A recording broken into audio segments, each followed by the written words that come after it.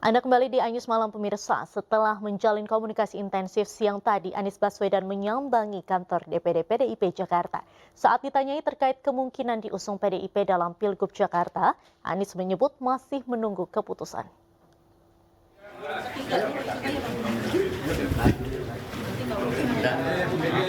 Didampingi juru bicaranya Sahrin Hamid dan mantan Menteri Perdagangan Thomas Lembong, Anies Baswedan tiba di kantor DPD PDIP Jakarta di kawasan Cakung, Jakarta Timur siang tadi. Kedatangan Anies disambut langsung Wakil Sekretaris Bidang Internal Bambang Mujono dan sejumlah petinggi DPD PDIP Jakarta.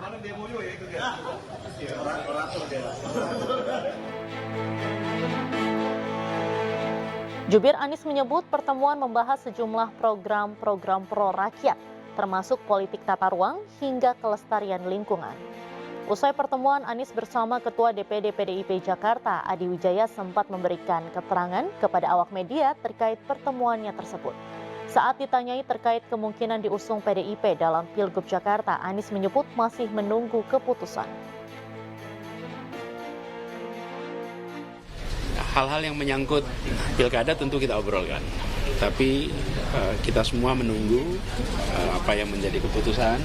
Jadi tadi sama sekali kita tidak menyinggung tentang keputusan, langkah, dan lain-lain, karena semuanya ada di DPP Partai. Di luar kewenangan kita. Tapi kita diskusi tadi, kita ngobrol, dan kita bicara tentang masa depan Jakarta, dan kita juga berbicara tentang bagaimana agar pemikiran-pemikiran kebangsaan, pemikiran-pemikiran tentang Bung Karno, keindonesiaan, keagamaan itu bisa berjalan seiring dan membuat suasana di Jakarta suasana yang aman, teduh, damai.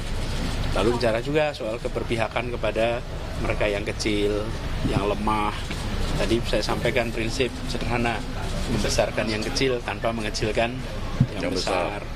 Jadi kita ngobrol seputar itu. Pak Anies kalau ditawarkan masuk ke PDIP siap nggak Pak Anies? Pokoknya sekarang ini kita tunggu dulu sampai semua keputusan dibuat, dari situ kita tentukan langkah ke depannya apa.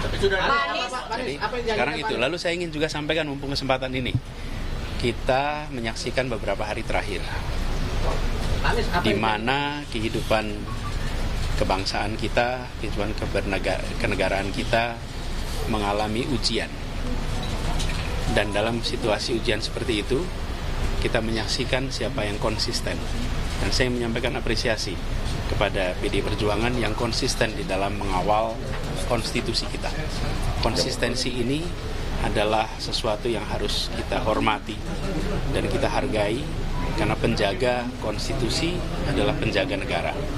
Yang kedua, teman-teman civil society, mahasiswa yang bergerak, yang kemudian secara organik tanpa ada satu komando, tapi dikomando oleh hati, dikomando oleh kecintaan pada negeri, memilih untuk turun langsung mencegah terjadinya penyimpangan, mencegah praktek-praktek pelanggaran atas prinsip dasar bernegara.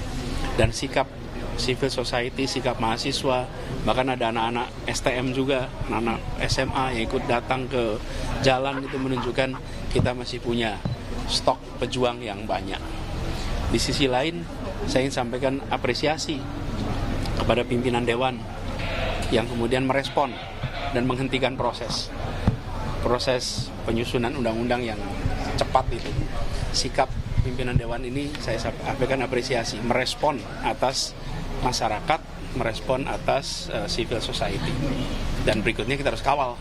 Kita pastikan kawal sama-sama bahwa konstitusi kita yang sudah diamanatkan dan apa yang diamanatkan oleh MK itu dijaga sampai tuntas. Gitu.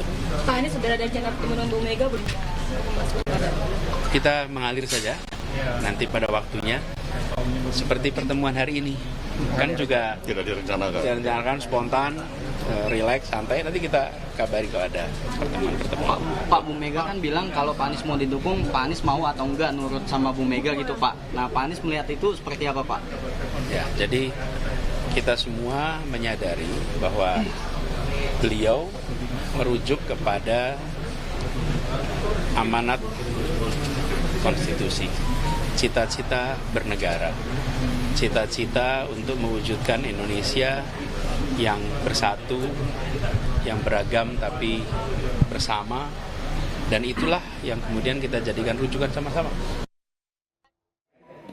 Apa aja tuh, Pak? Ya, kita menyamakan kita punya visi dan misi, ya, bagaimana kita mengawal, ada persamaan, kita punya pandangan bahwa kita harus mengawal konstitusi yang benar, kita harus mengawal demokrasi yang benar. Itu aja. Pak, ini kan tadi hangat banget nih Pak salamannya, senyumnya gitu. Apa udah memutuskan bahwa Pak Anies kayaknya cocok nih diusung sama PDI? Gitu, Insya Allah. Insya Allah ya. Pemirsa, politikus PDIP Masinton Pasaribu menyatakan hasil pertemuan Anies ke DPD PDIP Jakarta akan disampaikan ke DPP PDIP. Sementara pengamat politik Adi Praitno menyebut kedatangan Anies ke PDIP menjadi titik terang duet Anies PDIP. Anies pun dinilai tidak memiliki pilihan selain bergabung dengan PDIP. Berikut cuplikan dialog dalam program iNews Sore beberapa saat lalu.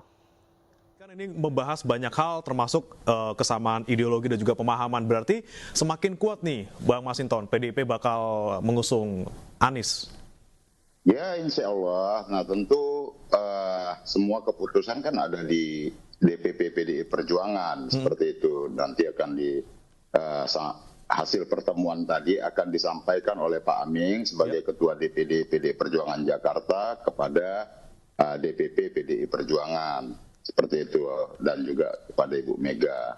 Ya, tapi kalau agenda pertemuan Anies dan juga Bu Mega sudah ada tanggalnya nih, Bang Masinton, karena tanggal 27 udah pendaftaran nih Bang. Belum, sabar aja. Nanti kita tunggu hasil penyampaian laporan oleh Pak Aming, Ketua DPD Provinsi DKI Jakarta kepada DPP dan Ibu Megawati. Seperti itu, Bung. Saya kira kalau kita membaca arah mata angin dan gestur politik antara PDIP dan Anies Baswedan, ini sudah mulai ada kelihatan titik temu dan titik terang ya soal bagaimana kemungkinan keduanya akan berkoalisi di Pilkada Jakarta ya. Karena memang harus kita akui selama ini kan jangankan untuk berkomunikasi, jangankan berbalas kunjungan politik ya. Anies dan PDIP adalah dua komponen yang saya kira berbeda secara diametral. Jadi kalau hari ini kemudian tiba-tiba ada kunjungan Anies ke PDIP Jakarta misalnya, ini kan sebagai salah satu bentuk betapa memang keduanya itu sudah mulai kelihatan ada titik temu. Satu sisi katanya Anies Baswedan itu pastinya membutuhkan partai politik untuk bisa berlayar di Jakarta, dan pada saat yang bersamaan PDIP juga butuh partner yang relatif punya nama besar seperti Anies ya untuk melawan kekuatan politik Kimplas yang mengusung Ridwan Kamil dan Suswono. Jadi dalam konteks inilah saya kira pertemuan PDIP dan Anies Baswedan hari ini sudah mengalami kemajuan. Kalau kemarin kan hanya berbalas pantun, kalau kemarin kan hanya berbalas puji, kalau kemarin kan hanya ada flyer Bang Masinton Pasaribu dan Anies Baswedan. Kalau hari ini saya kira ini adalah bentuk konkret ya soal penjajakan bagaimana kemungkinan keduanya itu akan berduet ya antara Anies Baswedan dan dari PDIP nantinya. Tapi bagi saya secara prinsip ya, ini kalau melihat gestur tubuh kawan-kawan PDIP memang sangat kelihatan Anies itu merupakan sebagai sosok yang sepertinya akan mereka usung. Meski harus kita akui soal veto player yang bisa menentukan apakah Anies bisa maju di Jakarta ataupun tidak, saya kira itu ada di tangan Megawati Soekarno Putri. Itu yang saya kira memang kuncinya gembok Anies Baswedan bisa maju hari ini ada di tangan Megawati Soekarno Putri. Dan tentunya syarat yang lainnya yang harus dipenuhi adalah jadi kader nih, Mas Adi, berarti ya. Kemungkinan Anies bakal nurut gak nih, Mas? Kalau saya jadi Anies Baswedan, saya akan nurut, Mas. Kalau jadi Anies bakal nurut ya, Mas Adi ya? Ya, ini tidak ada opsi lain bagi Anies Baswedan untuk menentukan sikap pilihan politiknya. Anies tidak begitu banyak punya opsi. Kalau dulu mungkin Anies masih punya opsi-opsi banyak, tidak mau masuk PKS, mungkin dia berharap Nasdem dan PKB mau mengusung, tapi PKB dan Nasdem juga balik badan kan, tak punya sikap politik untuk mendukung Anies. Per hari ini, satu-satunya masa depan politik Anies di Jakarta hanya ada di PDIP. Jadi segala sesuatu yang diinginkan oleh PDIP sebagai bentuk salah satu bergen politik, ya suka tidak suka harus diikuti oleh Anies Baswedan.